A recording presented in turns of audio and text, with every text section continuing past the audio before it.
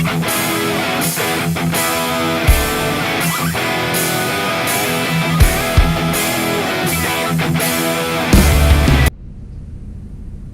everybody, welcome back to the Board Games Maelstrom. Today we're going to take a look at a new TMG offering, Seth Joffe's Crusaders, Thy Will Be Done. This game is for 2 to 4 players. It plays in 45 to 60 minutes, and it's for 14 and up. We're going to take a look at this game that was recently sent to me by Tasty Minstrel, and let's go down to the table and take a look. Alright, first of all, the first thing I'd like to talk about Crusaders is the component quality. The quality on this game is awesome. The cardboard tokens are nice and thick. The wooden pieces look exactly like what they're supposed to look like. There's a castle, there's a church, farmhouse, and bank. The tiles that you do your actions on are nice and thick.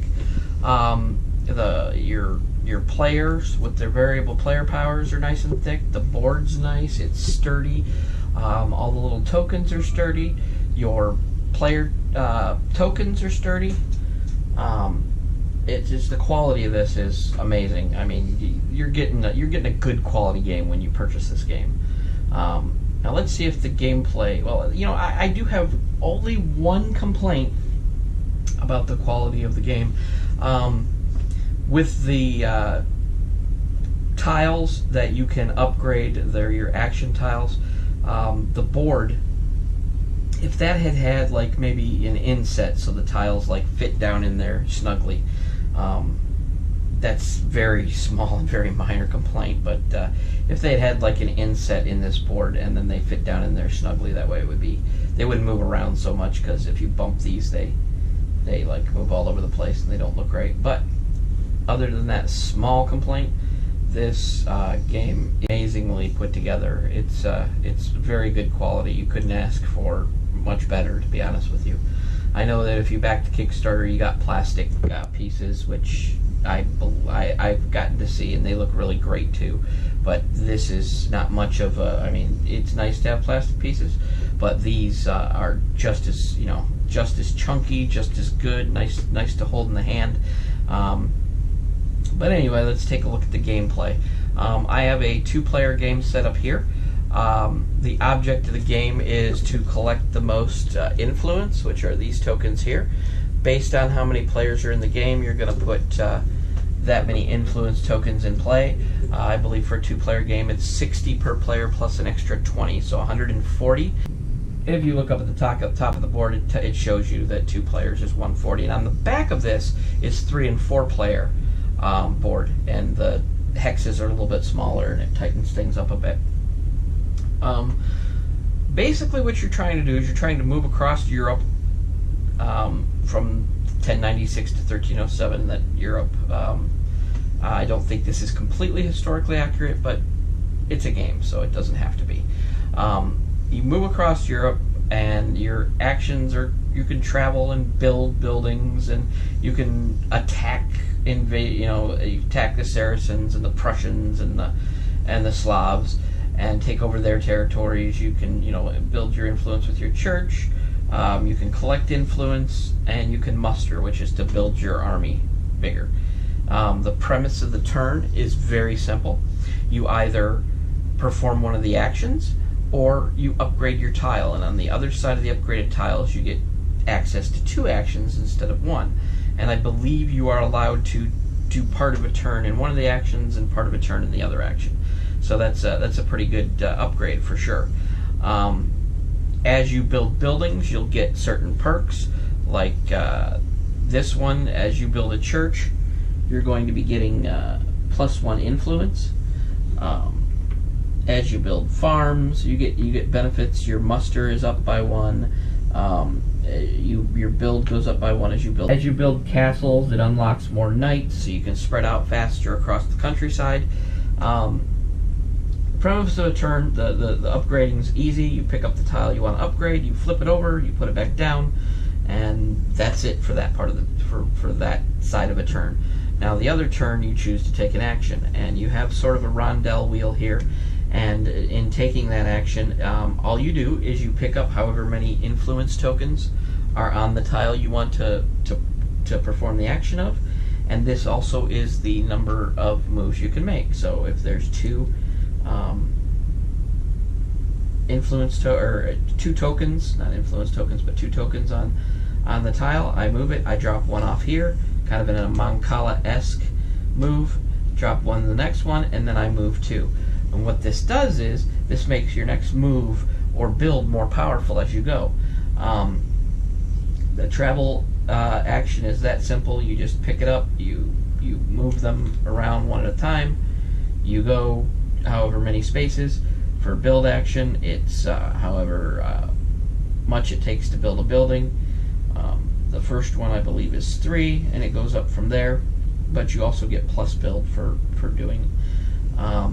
Crusade is when you attack other factions. You don't attack each other, but you do attack the other factions, the Prussians, the Slavs, and the Saracens. The Saracens' strength is always at 6, so when you attack them, it's always going to be 6, but you get a bonus on the back. There are, like, you get to build a church. You get to place a church on this one. The others, as you attack them, their strength goes up. So as you attack the Prussians or the Slavs, you attack them, you successfully defeat them, and their strength goes up by 1 to 4. This is the strength track over here. Each of your players have variable player powers, and there's a ton to choose from, and they're all nice, thick, chunky pieces. There's a ton to choose from. Let's take a look at some of these. The Holy Sepulchre. During setup, you get to place an additional action token in each of your travel wedges. So the action tokens, you'll get to place an additional. The Order of Santiago, you upgrade 1 action wedge of your choice during setup. So you get to start off automatically doing this, and it says when distributing action tokens, you may begin with the original wedge. So that means instead of placing, here and here, you can start here and go from there. The Knights of St. Lazarus, during setup, remove 1 action token from wedge of your choice and upgrade 3 action wedges of your choice during setup. So you have to give up 1 of your tokens, but you get to upgrade 3 of your wedges automatically. So that's huge. These player powers are great. The Knights Templar, once per turn when distributing action tokens, you may place 2 onto the same wedge. I mean, if you want to bump something up in power, this is a great way to do it. Order of Montesa, you get +1 to travel. I mean, there's all kinds of different player powers, so the game is going to be fresh each time you play it. One of them even gives you an extra Black Knight to start off the game.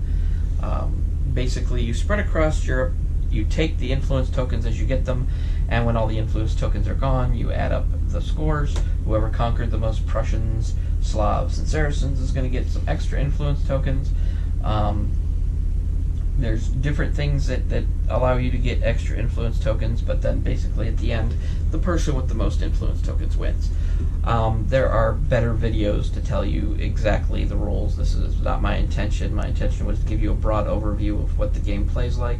I think I've played it several times.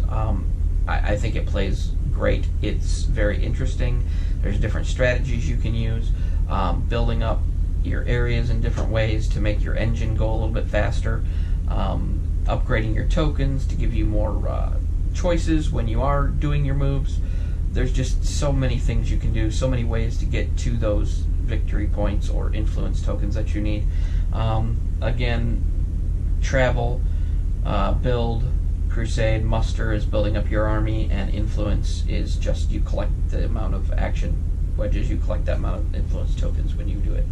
But overall, I'm going to give this a 4 out of 5, Storm category, 4 out of 5 for the board games Maelstrom. This is definitely, if I had a seal of approval, I would put it on it. This is what you want when you get a game. You want great production. You want great gameplay. I can't say enough how this game is a good game. And if you enjoy this type of thing, it's a little bit of area control.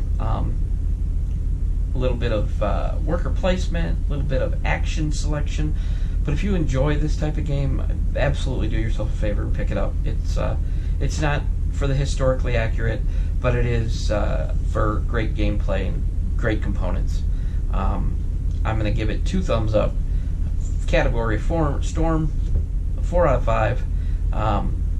Thank you for stopping by to take a look at Crusaders. That will be done with me, and I will talk to you next time when you stop by at the Board Games Maelstrom. Bye-bye.